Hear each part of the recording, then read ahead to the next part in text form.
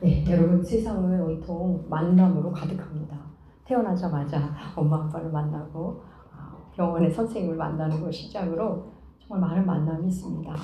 사람 간의 만남은 물론이거니와 물건과의 만남, 사건과의 만남, 여러 만남이 있습니다. 그런데 여러분 만남 중에서 사실은 가장 중요한데 사실 굉장히 소홀하기 쉬운 만남이 있습니다. 그래서 그런 만남을 제가 얘기하면 그런 얘기 처음 듣는다는 분도 있습니다. 어떤 만남일까요? 바로 자신과의 만남입니다. 나는 나를 얼마나 만나고 있는가? 나라는 존재를 얼마나 알고 있는가? 여러분은 여러분 자신을 얼마나 알고 계십니까? 여러분, 우리가 예수를 믿는다는 것은, 예수를 믿기 시작했다는 것은 그분을 만나가는 동시에 사람이란 존재를 만나가는 것이고, 물론 하나님 만나고, 그리고 나를 만나가는 여정이 되는 겁니다. 나를 만난다. 이 표현 자체를 어려워하는 분들이 여러분 생각보다 많습니다. 나를 만난다. 내가 만난 나. 내가 아는 나. 내가 도와줘야 할 나. 네. 여러분, 우리 고린도서 함께하고 있습니다. 다음 주에는 고린도서가 이제 마치게 됩니다. 사도는 편지를 많이 썼는데 편지를 마무리할 때 다른 편지를 보면 개인적 안부와 마무리 인사로 가득한데 고린도 후서는 좀 다릅니다. 우리 지난주 1, 2절 함께 했죠. 내가 가면 용서하지 아니하리라, 이런 바로 단호한 표현을 쓰는데 다름 아닌 사도의 언어를 통해 재림하시는 예수님의 오심을 담고 있다고 나눴습니다. 고린도 교회가 사도에게 내내 요구하는 것은 다름 아닌 당신이 과연 사도인가? 그리스도께서 당신을 통해서 과연 말씀하시고 일하시는가에 대한 이의 제기가 많았습니다. 그래서 그걸 요구했죠. 그 증거를 대라는 겁니다. 예수님이 당신을 통해 말씀하시는지 증거를 대랍니다. 그런데 사도가 반대로 너희가 너희 믿음을 확증하라고 얘기합니다. 우리 그 본문 볼까요? 고린도서 13장 5절 말씀 주보해 주시었습니다. 네, 우리 함께 읽겠습니다. 너희는 믿음 안에 있는가? 너희 자신을 시험하고 너희 자신을 확증하라. 예수 그리스도께서 너희 안에 계신 줄을 너희가 스스로 알지 못하느냐? 그렇지 않으면 너희가 버림받은 자니라. 예. 너희가 믿음 안에 있는지 스스로 시험하고 확증하라. 지금 누구에게 하는 거죠? 내가 나에게 하는 겁니다. 나를 대상으로 시험하고 확증하는 것. 그게 가능하다는 얘기죠, 지금. 그럼 믿음을 확증한다는 게 도대체 뭘까요? 5절에 이어 나오죠. 맥락을 보면 예수가 내 안에 있는지를 내가 스스로 알게 된다는 말입니다. 예수께서 내 안에 계시는가? 그걸 알고 믿는 자는 또 그걸 알게 된다는 거죠. 그걸 스스로 할 수 있다는 겁니다. 그럼 여기서 말하는 시험과 확증은 지금 누구에게 보이기 위한 시험과 증명이 아닙니다. 예전에는 구원의 확신 이러면서 구원의 확신 있으십니까? 이런 얘기 많이 주고받았는데 요즘에도 그러기도 하겠죠.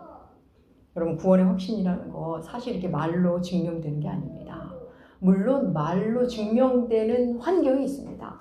내가 예수를 믿는다 이렇게 말을 했다가 엄청난 불이익을 당하고 매를 맞고 죽게 된다면 그 말만으로도 그 사람의 믿음이 증명됩니다. 그런데 사실 우리가 사는 삶의 현장은 그렇지 않습니다. 그래서 역설적으로 오늘 말씀 우리에게 중요합니다.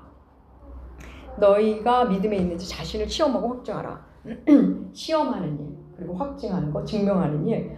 여러분, 구약에는 하나님이 사람을 시험하는 이야기들이 제법 많이 나옵니다. 또 사람이 하나님을 시험하는 이야기도 기록되어 있습니다. 우리 잠깐만 살펴볼까요? 신명기 한 구절 보겠습니다. 8장 2절 말씀 주보에 실었습니다. 함께 읽겠습니다. 내 하나님 여호와께서 이 40년 동안에 내게 광야 길을 걷게 하신 것을 기억하라. 이는 너를 낮추시며 너를 시험하사 내 마음이 어떠한지 그 명령을 지키는지 지키지 않는지 알려 하심이라. 예. 광야 40년을 허락하신 이유, 힘들게 그 고난의 여정을 허락하신 이유 뭐라고요? 너희를 낮추고 시험하사 네 마음이 하나님의 명령을 지키는지 안 지키는지 알고 싶으셔서 그렇게 하셨답니다. 여러분, 하나님은 우리가 하나님의 명령을 지키는지 안 지키는지 안 봐도 아십니다. 굳이 광야 생활 안 하고 그렇게 긴 시간 할애 안 하셔도 하나님은 우리의 삶을 다 아십니다. 그런데 그래서 하나님이시죠. 그런데 왜 굳이 그러는가? 이스라엘이 자신을 모릅니다. 우리도 그렇죠. 우리의 믿음에 대해서 착각하고 오해하고 과장도 하고 축소하기도 합니다. 그래서 하나님이 우리가 볼 수 있도록 그런 자리로, 그런 환경으로 데리고 가셔서 기어이 우리 자신을 보게 하시는 겁니다. 아브라함 이삭을 바칠 때도 그렇죠. 그때도 시험이라는 단어가 나옵니다. 창세기 22장 1절 말씀. 우리 함께 읽겠습니다. 그 일 후에 하나님이 아브라함을 시험하시려고 그를 부르시되 아브라함아 하시니 그가 이르되 내가 여기 있나이다. 여기서 시험이라는 단어, 히브리어는 증명이라는 단어로 번역하신 같은 의미의 단어입니다. 아브라함은 자신의 신앙이 어느 정도인지 모릅니다. 물론 하나님은 다 아시고요. 하나님과 함께 별을 보면서 하나님과 대화도 했죠. 그리고 언약식도 가졌습니다. 그럼 그 자신 안에 그 하나님 경험이 얼마나 놀라운 믿음으로 자기 안에 자리 잡았는지 그는 모릅니다. 지금 나이 들어 얻은 자녀 이삭에 푹 빠져 있지만 그 안에는 그런 묵직한 믿음이 있습니다. 심겨져 있습니다. 하나님은 아브라함 개인에게는 그의 믿음을 스스로 보게 하시기 위해, 물론 그 외에 그 사건, 창세기 22장의 사건에는 구속사적으로 여러 메시지가 담겨 있지만 아브라함 개인으로 보면 아브라함 안에 있는 그 믿음을 보여주시기 위해 그 시험 앞에 서게 하신 겁니다. 그럼 말씀드린 대로 하나님만이 사람을 시험하는 거 아니요. 사람도 하나님이 시험하는 것이 있습니다. 구약에 보면 이스라엘 백성의 광야에서 물이 없다고 하나님을 원망하던 때, 그때 어떻게 기록되어 있는지 볼까요? 출애굽기 17장 17절 말씀. 함께 읽겠습니다. 그가 그곳 이름을 마사 또는 무리바라 불렀으니 이는 이스라엘 자손이 다투었음이요 또는 그들이 여호와를 시험하여 이르기를 여호와께서 우리 중에 계신가 안 계신가 했습니다. 이스라엘이 왜 시험을 했다고요? 하나님이 우리 중에 계신가 안 계신가 시험해봤답니다. 믿음이 부족한 거죠. 한동안 그런 거 있잖아요. 왜 내 남자친구가 나를 진짜 좋아하는지 시험하는 그런 몰래카메라 막 하잖아요. 자기는 다 보고 있는 거죠. 믿음이, 서로에 대한 신뢰가, 믿음이 없어서 하는 이런 시험, 이런 유형의 시험을 사람이 하나님께 했습니다.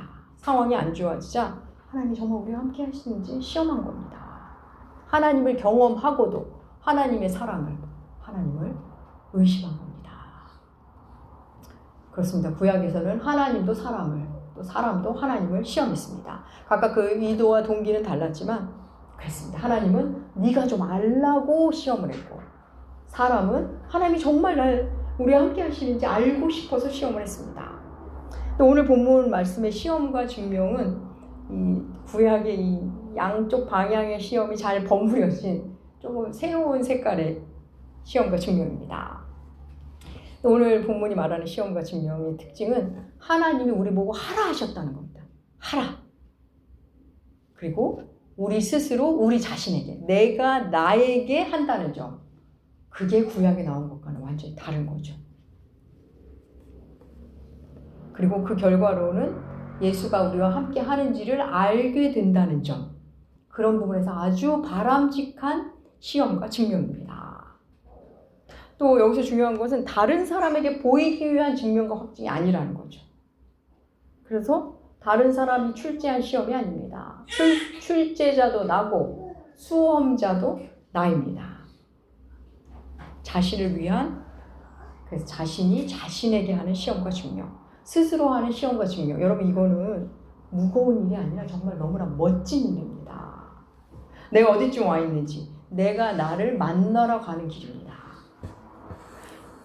누가 시켜서가 아니라 내 스스로 하는 것 자체가 여러분 너무 멋진 일 아닙니까? 내가 이 사람을 과연 용서했는지 그 사람 앞에 내가 서보는 겁니다. 내가 그 이야기가 나와도 화를 안 내는지 나를 시험해 보는 겁니다. 내가 이 정도의 일은 정말 얼마큼 기쁘게 해낼 수 있는지 그 일 앞에 자원해 보는 겁니다. 내 사랑이 과연 어느 정도인지 스스로 궁금해하는 거죠. 근데 그 모든 궁금증의 시작은 내가 훌륭한 사람, 훌륭한 인격자가 되고 싶어서가 아니라 과연 내 안에 예수가 계신가?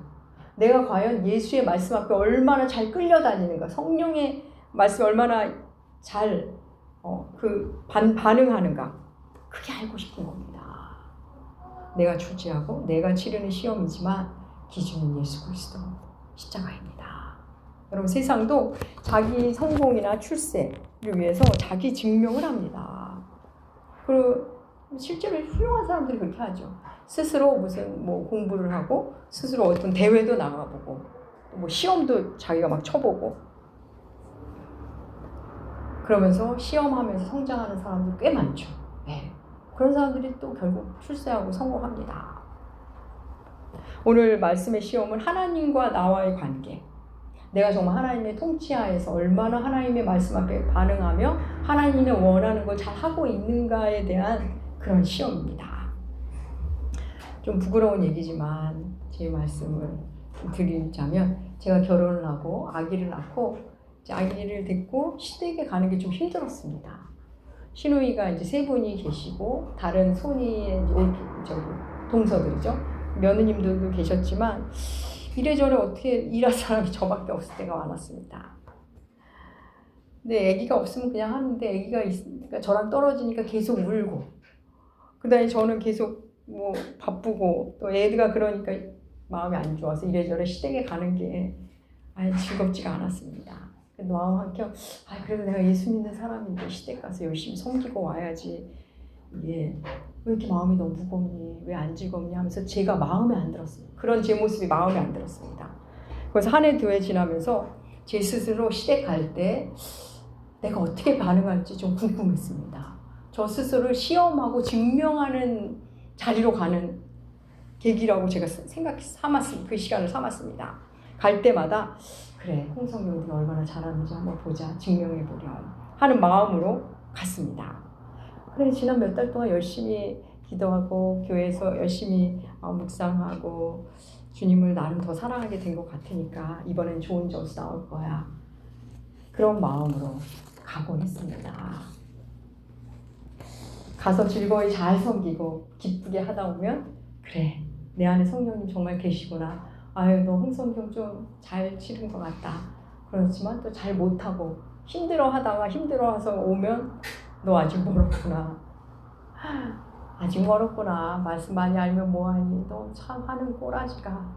이러면서 누가 뭘 하는 사람도 없는데 저 혼자 저와 그런 대화를 했습니다. 사랑 여러분, 사람이 자신이 중요하게 여기는 일, 잘하는 일, 잘하고 싶어하는 일에는 엄격하기 마련입니다. 그럼 최고의 운동선수들, 정말 최고의 예술가들, 그들 만족이 없다는 거 아십니까? 스스로 계속 자기를 시험하고 더 나은 자기의 작품을 만나기에 여념이 없습니다. 그래서 본인을 자꾸 테스트하죠. 그런 자리에 가서 내 작품이 얼마나 인정받는지도 보고 막 그러다가 어느 지점에 오면 이제 다른 사람의 평가가 별로 안 중요해집니다. 자기의 평가가 중요해집니다. 아무리 인정해도 자기가 흡족하지 않으면 또 다른 도전을 합니다. 하나님의 뜻을 행하고 살고 싶은 마음이 간절할수록 그리스도인도 그렇게 됩니다. 그러면서 알게 되는 게 있어요. 내가 하나님 뜻대로 살고 싶다? 내가 헛소리 좀 덜 하고 싶다 하면 알게 되는 게 있어요. 우리 요한복음 7장 17절 말씀 볼까요? 얼마 전에 하나둘 시간에서 나왔던 말씀입니다. 우리 함께 읽겠습니다. 사람이 하나님의 뜻을 행하려고 하면 하나님께로부터 나왔는지 내가 스스로 말하는지 알리라. 너무 놀랍죠. 내가 지금 하는 말, 나의 태도의 행실의 근거, 그 근거가 나로부터 나온 건지 하나님의 인도하심에서 나온 건지를 알게 된답니다. 그럼 그게 중요해지겠죠. 그래서 가만히 고요함 속에서 하나님 앞에 서면 알게 됩니다. 내 욕심으로 말하는 건지 하나님이 하게 하셔서 하는 건지. 고린도서는 너희 자신을 시험하고 증명하라는 말 앞뒤로 약함과 강함에 대해서 또 얘기합니다. 약할 때 강함 됐다. 이 말씀은 고린도후서 11장과 12장에서도 이미 나왔죠. 오늘도 3절과 4절 그리고 9절에서도 반복적으로 나옵니다. 이 맥락으로 볼 때 약간의 뉘앙스 차이는 있지만 사실은 같은 의미입니다. 여러분 전능자시며 강한 하나님이 우리에게 오실 때 굉장히 약한 아이로 오셨고 또 떠나가실 때 십자가에서 아주 연약한 모습으로 떠나셨습니다. 왜요? 우리를 구원하기 위해. 우리를 사랑하셔서. 사도 자신도 그렇다는 겁니다. 교회를 사랑해서 얼마든지 약해질 수 있다는 표현을 하죠. 그때 하나님이 강함으로 역사한다. 사랑하는 여러분, 사랑 때문에 사랑해서 연약해지고 누추해지고 그리고 구차해질 수 있다면 그건 정말 진정한 강함입니다. 여러분, 수로보니게 여인 기억하실 겁니다. 자녀를 살리기 위해 예수라는 유대인 남자 앞에서 무릎 꿇은 여인. 우리 주님이 그 여인을 대할 때 너무 뜻밖의 모습을 보이십니다. 그렇게 다정하시던 우리 주님 온데간데 없고 그 여인에게 매정하게, 듣기에 따라 매정하게 답하시죠. 내 딸 좀 살려달라는 이방 여인에게 뭐라 하셨는지, 또 그 여인은 어떻게 반응했는지 한번 볼까요? 마가복음 7장 27절과 28절 말씀 주보에 실어놨습니다. 함께 읽겠습니다. 예수께서 이르시되 빨리 먹게 할지니 자녀의 떡을 취하여 개들에게 던짐이 마땅치 아니하리라. 여자가 대답하여 이르되 주여 올소이다마는 상 아래 개들도 아이들이 먹던 부스러기를 먹나이다. 예수께서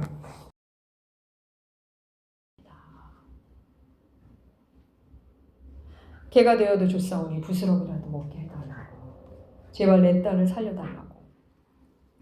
사랑하는 여러분, 우리 주님은 이 여인이 이렇게 반응할 것도 알고 계셨습니다.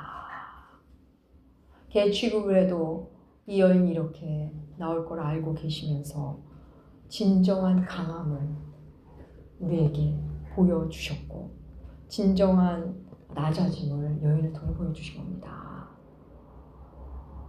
여러분, 예수님은 사랑 때문에 십자가를 지셨고 사랑 때문에 죽으셨죠.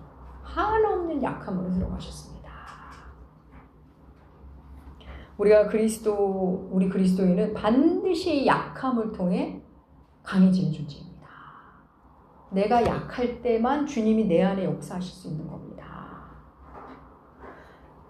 그래서 우리는 그 약함으로 가는 여정을 함께 가게 됩니다. 근데 그 약함의 여정 속에서 반드시 만나게 되는 증상이랄까요?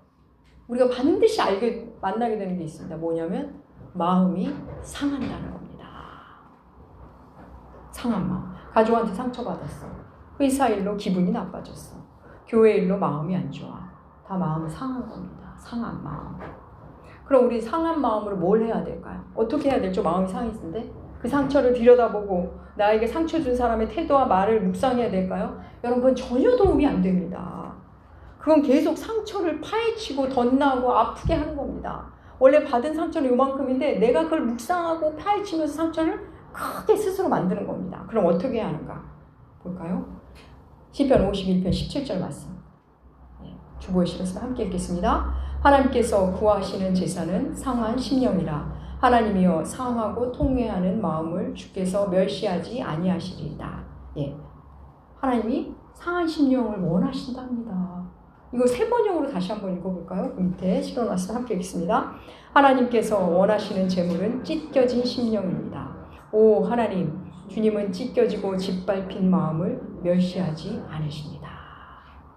그렇습니다. 하나님이 원하는 제사는 마음이 상한 내 마음, 상한 상태의 나를 원하십니다.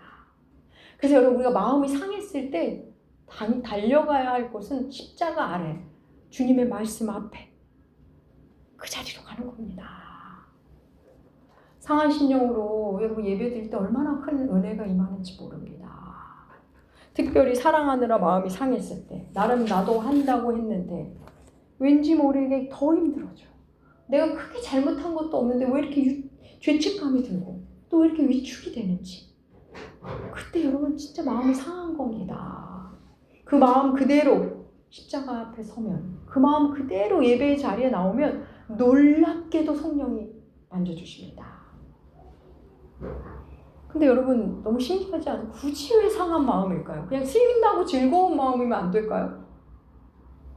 하지만 성경이 말하는 신나고 즐거운 마음, 물론 거기에도 하나님이 역사하십니다.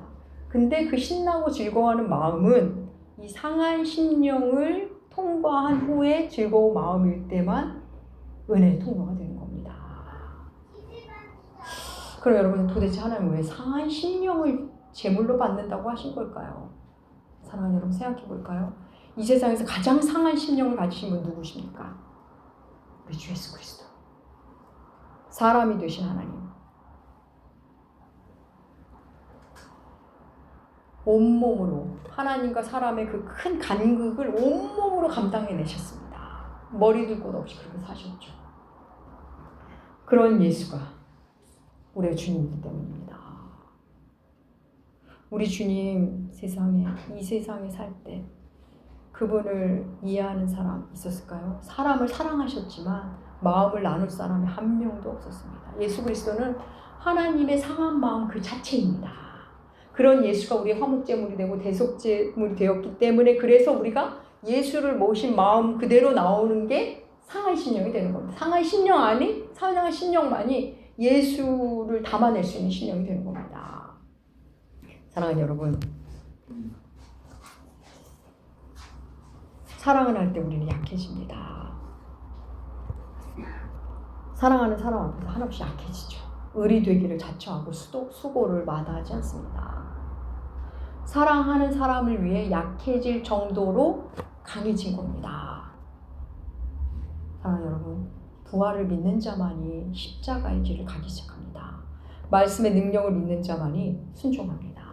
믿는 자가 순종하고 순종하는 자가 믿는 자가 되는 거죠. 여러분, 예수 믿는 맛.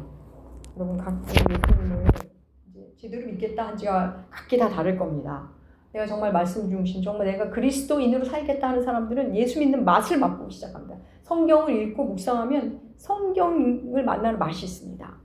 근데 여러분, 그리스도의 삶은 마냥 즐겁지만도 않고 그렇다고 또 마냥 힘들지만도 않습니다.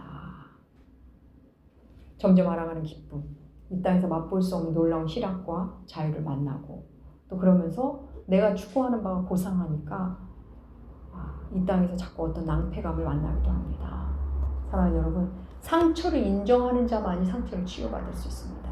내 실수를 인정하는 자만이, 내 잘못을 인정하는 사람만이 같은 잘못을 저지르지 않습니다. 마음 상할 때 힘듭니다. 물론 너무 힘들죠. 아프죠. 직장에서 마음 상했다고 일 그만두고, 친구와 마음 상했다고 친구와 손절을 하고, 교회에서 마음 상했다고 교회를 떠나고, 그냥 익명의 그리스도 신자로 살겠다고 하고, 그래서는 우리는 밖에서도 성장 못하고 영적으로도 성장 못합니다. 그냥 당장 상한 마음은 없을지 몰라도 그가 진정한 그리스도인 주의 자녀라면, 진정 주님의 백성이라면 주님이 그냥 두시지 않습니다. 반드시 또 다른 상한 마음을 주실 겁니다. 그 환경으로 데려가십니다. 사랑하는 여러분, 내 안에 믿음이 있는지, 과연 예수가 내 안에 있는지 스스로 시험하고 확증하는 여정 가운데 우리는 내 안의 상처를 만나고 내 안의 실수와 우리의 어리석음을 만납니다. 예수를 믿지만 여전히 여전히 어리석은 나를 보며 마음이 상하고, 그 상한 마음으로 하나님께 가고, 내 사랑이 유치해서 또 마음이 상하고, 또 하나님께 가고, 그러면 그런 일을 반복하다 보면 그게 마음 상할 일이 아니구나, 그거 별거 아니구나를 또 만나게 됩니다. 그러면서 다시 계속 신앙의 여정을 걸어갑니다. 사랑하는 남들 교회 여러분, 주체적으로 자신을 시험하고 증명해 보십시오. 말씀이 우리를 아프게 하지만 그 아픔이 나를 성장시킵니다. 말씀이 나를 찔러서 힘겹다고 말씀을 외면한다? 그러기도 할 수 있겠죠. 하지만 여러분, 말씀 앞에서 나의 믿음을 시험하고 증명하는 시도, 우리는 말씀을 읽다 보면 하나님이 우리에게 엄청나게 능동적 수동성을 갖게 하셨다는 겁니다. 내가 수동적이 되는데 적극적인 수동의 자리로 가는 거죠. 말씀 앞에 그렇군요. 그냥 수동적입니다. 능동적 수동적, 적극적 수동 상태. 근데 그 자체가 내가 선택한 수동이기 때문에 엄청난 주체성을 갖는 겁니다. 그러니까 놀랍게 내가 주인인 동시에 하인이 되고 종인 동시에 주인적 삶, 참 설명하기 어려운 그 삶을 그리스도인은 그 신앙의 여정을 걷습니다. 나서 나의 믿음을 시험하고 증명하는 일, 시도. 나는 얼마나 사랑의 사람인가? 나는 얼마나 참음의 사람인가? 나는 얼마나 말씀의 사람인가? 내 안에 과연 예수가 계신가? 예. 그것은 날마다 궁금해하고 알고 싶고 찾아 들어가는 그런 사람이 그리스도입니다. 그럼 누가 시험을 출제하면 출제자의 의도를 알아야 하고 그거 출제하는 게 얼마나 힘듭니까? 근데 이건 우리가 스스로 하는 겁니다. 말씀을 기준으로, 말씀을 근거로. 어느 부분은 도장 깨기 하듯, 어느 부분은 벽돌을 쌓듯 해보는 겁니다. 그러면서 계속 나를 만나고 내 안에 예수를 만나갑니다. 그 재미, 그 맛, 그게 있습니다. 물론 힘들죠. 계속 마음이 상합니다. 누가 날 알아주지 못하죠. 네. 근데 그 사이에 나는 도약을 하고 있습니다. 사랑하는 여러분, 나를 만드신 하나님, 나를 사랑하신 하나님이 주신 놀라운 주체성, 적극적인 수동성, 그게 놀랍게 우리를 자유로 인도합니다. 세상은 계속 주체적이 되라, 네가 해라, 너가 맞아요, 맞습니다. 근데 우리가 갖는 거는 그거와는 또 다른 차원이에요. 놀라운 차원의 적극적 수동 상태입니다. 사랑하는 나무교회 교회 여러분, 오늘 말씀대로 우리 스스로 우리 각자가 자신을 시험하고 확증하는 자리, 그런 멋진 사람이 되시면 좋겠습니다. 그 여정에서 나의 약함을 만나고 그 약함 때문에 우리는 또 마음이 상합니다. 상해야 또 마음이 약해지니까요. 그럴 때 주께서 내게 오셔서 강함으로 역사하십니다. 사랑하는 여러분, 그 귀한 신앙의 여정, 또 각자, 또 함께, 홀로, 또 더불어, 따로, 또 같이 함께 가는 우리들 나무교회 되시기 주의 이름으로 축복합니다. 기도하겠습니다. 하나님, 약함의 아름다움을 배워갑니다. 누군가에게 보이기 위한 신앙이 아님을 또 배웁니다. 하나님, 우리 아버지, 우리 안에 계신 예수 그리스도, 우리를 인도하시는 귀한 성령님, 그분을 날마다 만나고 날마다 함께함으로 우리 자신을 계속 발견하고 만나고 우리가 도달해야 할 지점을 계속 향해 가게 하여 주시옵소서. 예수를 사랑하고 또 우리 자신을, 또 사람을, 세상을 사랑하는 귀한 삶을 살게 하여 주시옵소서. 감사드리며 존귀하신 예수님의 이름으로 기도합니다.